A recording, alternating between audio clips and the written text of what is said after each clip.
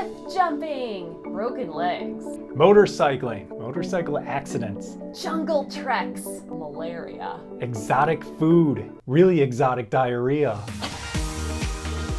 So with travel, there's a ton of cool opportunities out there. There's the whole reason you're going in the first place. But for every cool thing, there's risk just around the corner. And we're not overly cautious people, we're just not stupid. That's why we had travel insurance. So there's two main reasons we got travel insurance for this year-long trip. The first one was for the baggage and personal effects coverage.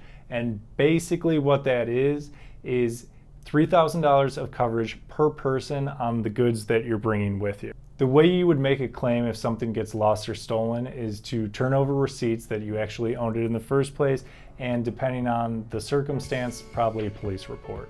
That's a good point. So if you're buying items specifically for the trip, make sure you keep all of your receipts.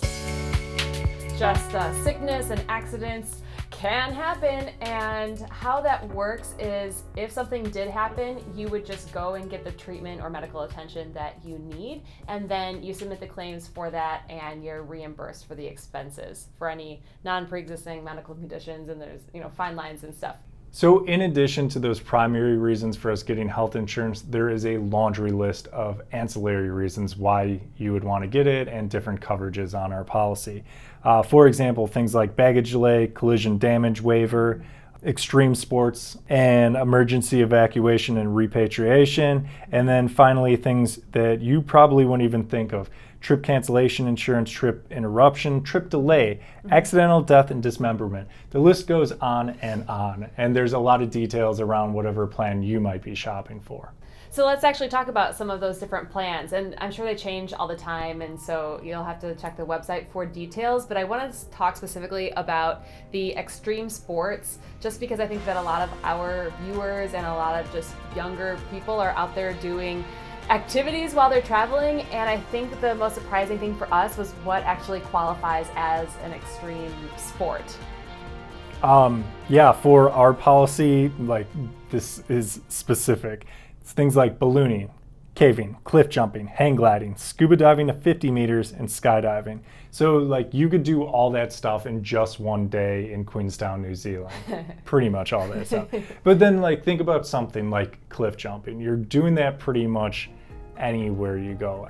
Everybody does it, and you'll hear more and more stories of people getting really hurt doing it.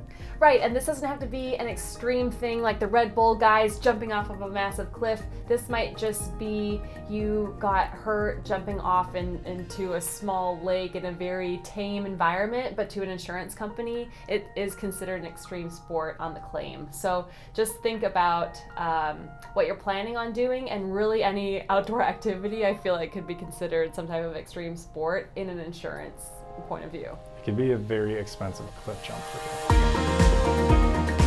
So we certainly hope that nothing happens to you, and of course everyone's story is different. We have a few stories of our own, nothing too extreme, but people usually ask, what was the worst thing that happened? So great example, and this is nothing drastic, but when we went to New Zealand, about 5 days in, I woke up one morning and half my face was swollen up. I had never had a problem with it before. I had some sort of crazy infection. Just the fact it was New Zealand, which is expensive to begin with, and the fact I had to go to a doctor, like I said, as it turned out, under $100, but I was able to submit that claim with receipts from the clinic that treated me and be completely reimbursed for going to the doctor. Mm-hmm. I wound up with strep throat for a week in Hanoi in Vietnam, and we ended up not even needing to use a hospital. There's so many apothecaries. You have so much access to medicine and apothecaries on the street that we took care of ourselves. But honestly, in tears at 3 a.m, knowing that we actually had somebody to call to look for hospitals, it was still one of those peace of minds that I wasn't in a foreign country, not able to speak the language, and completely isolated. You still have, that phone call. Another example of actually using the insurance, though, was when we had a car rental in New Zealand, and somebody backed into our car while we were 6 hours away on a hike. Just came back to the parking lot. Yeah, it was awful. Okay. That's what I'm looking at. Yeah, it sucked. It sucked. And when we came back, probably wasn't that expensive. Yeah, it was just the back right tail light, just laying on the ground. Somebody had backed in us. Nobody had seen what had happened, of course. Nobody had left a note. But yeah, $300 worth of repairs on it, and once again, able to submit that and have that reimbursed to us. So the moral of the story is don't rely on luck.